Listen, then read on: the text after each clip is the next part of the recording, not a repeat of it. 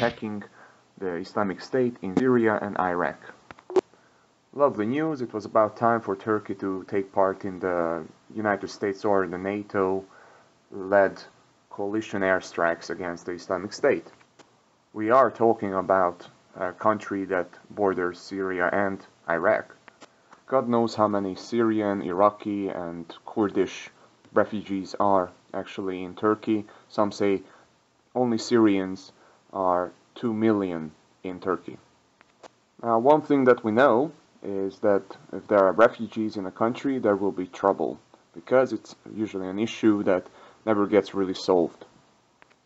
The international community probably applauded Turkey for starting these airstrikes.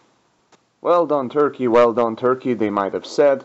It's about time for you to join the fight. We might even sort of destroy this weird and strange terrorist organization. The only problem is that they started not only attacking the Islamic State group, but also the PKK, which means Kurdistan Workers' Party. It's a rebel group, and Turkey kind of has a grudge against them. But then again, the PKK has a grudge against Turkey as well. So the PKK is pretty much a guerrilla organization, a rebel group that is fighting for a big Kurdistan.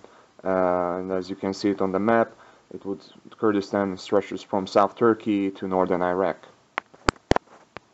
Now, not only the Iraqi or the Syrians, but Turkey doesn't like the idea of a big Kurdistan, like a country within a country.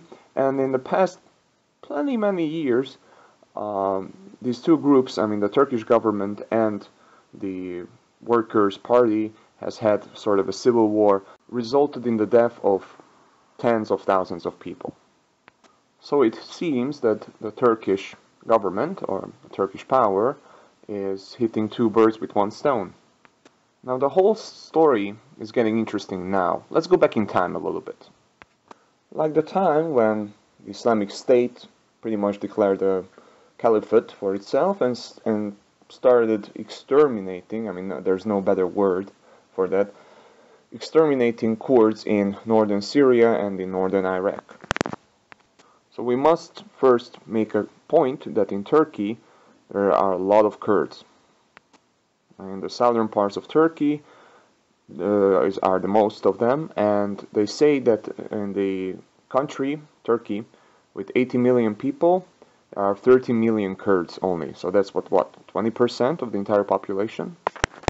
We should also make a point of Kurds being Shias and Turkish being Sunnis, so are the Islamic State Sunnis, and believe it or not, they don't really like each other.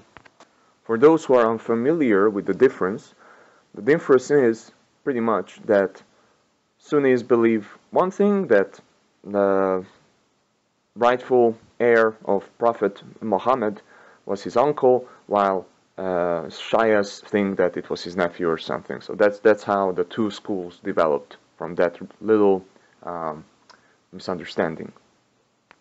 But of course, Turkish people are normal, moderate Muslims. They are not crazy like the Islamic State or Al-Qaeda and the rest.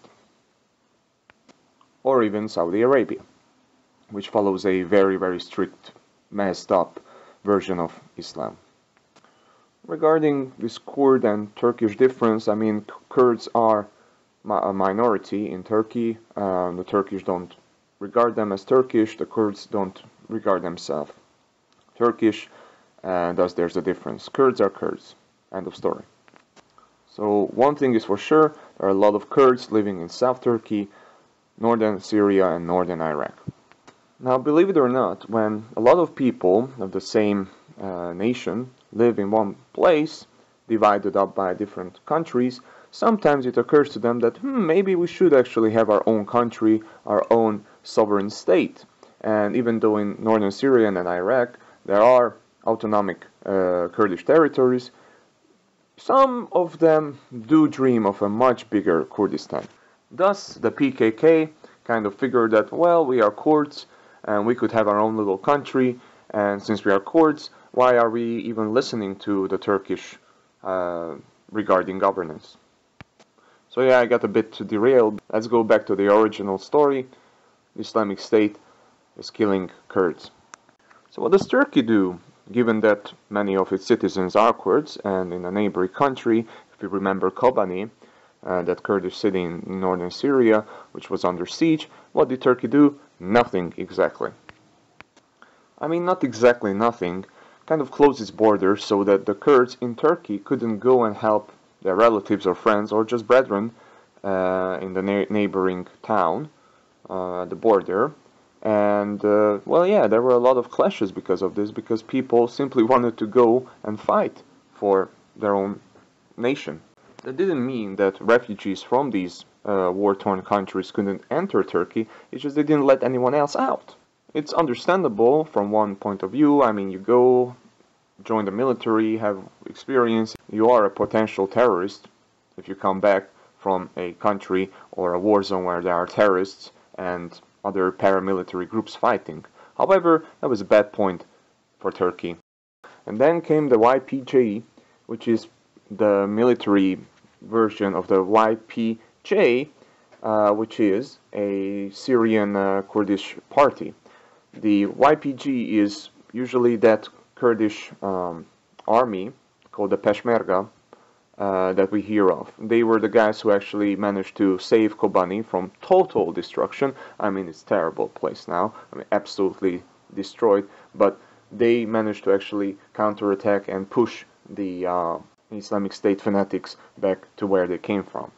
And we can even say that after Kobani, they kind of had many military victories, and we could say that there's basically a zone in northern Syria where the YPG and the Islamic State militias are fighting. They are taking one strategic town from the other one. Like it's quite happens in few days that the YPG, the Peshmerga, takes the town, and then the Islamic State militias take it back, and then the YPG take it back again. So that's how it goes. But one thing is very important, that these Kurds, the Peshmerga, are not interested in actually, even though if they manage to secure everything, they are not interested in going to fight Islamic State in general. They are only interested in actually securing the territories where Kurdish people live. End of story. They are not called defense force for nothing. Well, the Peshmerga succeeded in fighting the Islamic State. Now there's like a war zone right there. But they did achieve military victories, and everyone from the international community was really happy about it. I mean, those who actually know where northern Syria is. Even Turkey was nodding its head like, well done, well done. But at the same time, they started worrying. Why, you might ask? Well, because it is a military force, and it's Kurdish, and it's right next to our border. And, you know, like they have this idea that, well, these Kurdish people might want to eventually have their own land because there are Kurds living in Turkey, there are Kurds living in Iraq, there are Kurds living in Syria, and they might want to make this little Kurdistan. So what did Turkey do again? They came up with the idea that we should have this buffer zone on our border, which would be fuck knows how long and 30 kilometers wide buffer zone that would basically, well, a demilitarized zone, which I'm talking about. Why? So that the Kurdish people wouldn't be able to enter Turkey. End of story. But then again, that means that refugees, or if the Islamic State actually managed to counterattack the Peshmerga, and there will be more refugees wanting to enter Turkey, it will be a bit harder for them. Now, the worries of Turkey are not without the ground. They do say that the YPG, the Peshmerga, has relations, remember, to whom? PKK, the Workers' Party, which has a little bit different mentality regarding the Kurdish question. One more thought about this buffer zone is that, well, officially it's against Islamic State, but, you know, we all know that it could be against the Kurds themselves as well.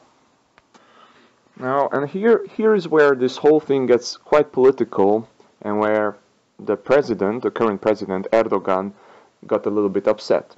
Because in the summer, they had elections. However, the Turkish government's kind of anti-Kurdish politics sort of made a lot of people to vote for the HDP, which is a Turkish Kurdish party. 13% of the voters voted for them, which is really not such a big number, so it was just enough to foil the plans of Recep Tayyip Erdogan, Turkish president, who dreams of having a presidential system in Turkey. What does that mean for Turkey, you ask? Well, the person who built this wonderful, huge, ridiculously big presidential palace, and later we found out illegally, the president managed to build the presidential palace illegally. So this guy cannot really be a sultan anymore. Well, it's not really cool nowadays. However, he wants to be a president for life. How did the HDP, this Kurdish party, foil his plans? Well, basically he has this majority party, the AKP.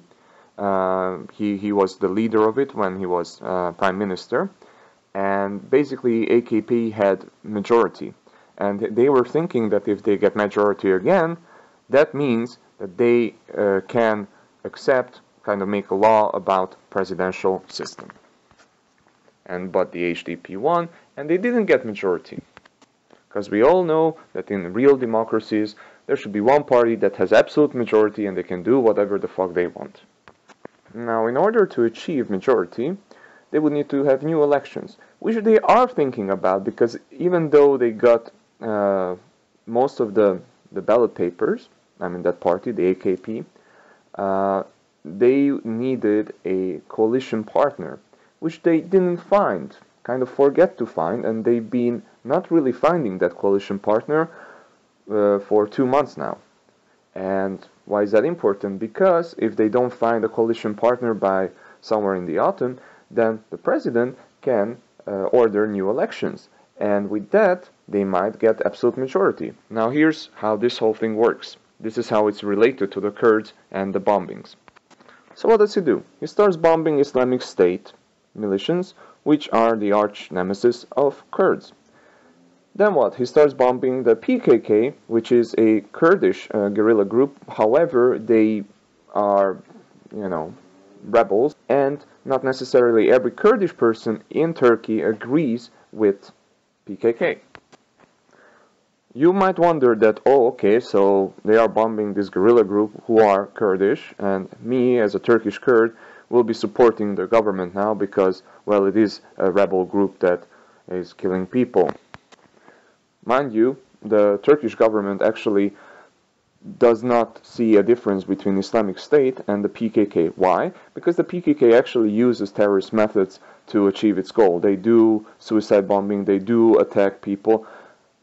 Quick note, these people are part of the authorities. They usually don't attack civilians, only police, soldiers, and so on, but that's bad enough. And they do shoot at people, they do actually commit a lot of crime against the authorities in Turkey. But the point is that Kurdish people will still not be happy about their brethren, no matter if they are terrorists or not, being killed. So how will Erdogan and his party gain the majority if they will have a new election? Simple, they are using nationalist feelings for their own cause. So basically, Turkey is now having this nationalistic attitude. We are going to destroy Islamic State, destroy PKK, and destroy the terrorists within the country. That this idea is reinforced by the Turkish authorities having raids and arresting hundreds of people all across the country, in Istanbul, in Ankara, in the southern parts of the country. So it will be the Turkish people who will vote for the major party, because they see that like, yes, finally our government is doing something. It's it's protecting the interests of Turkey, and it's protecting the country, which is Turkey, and we don't give a shit that there are 13 million Kurds in the country.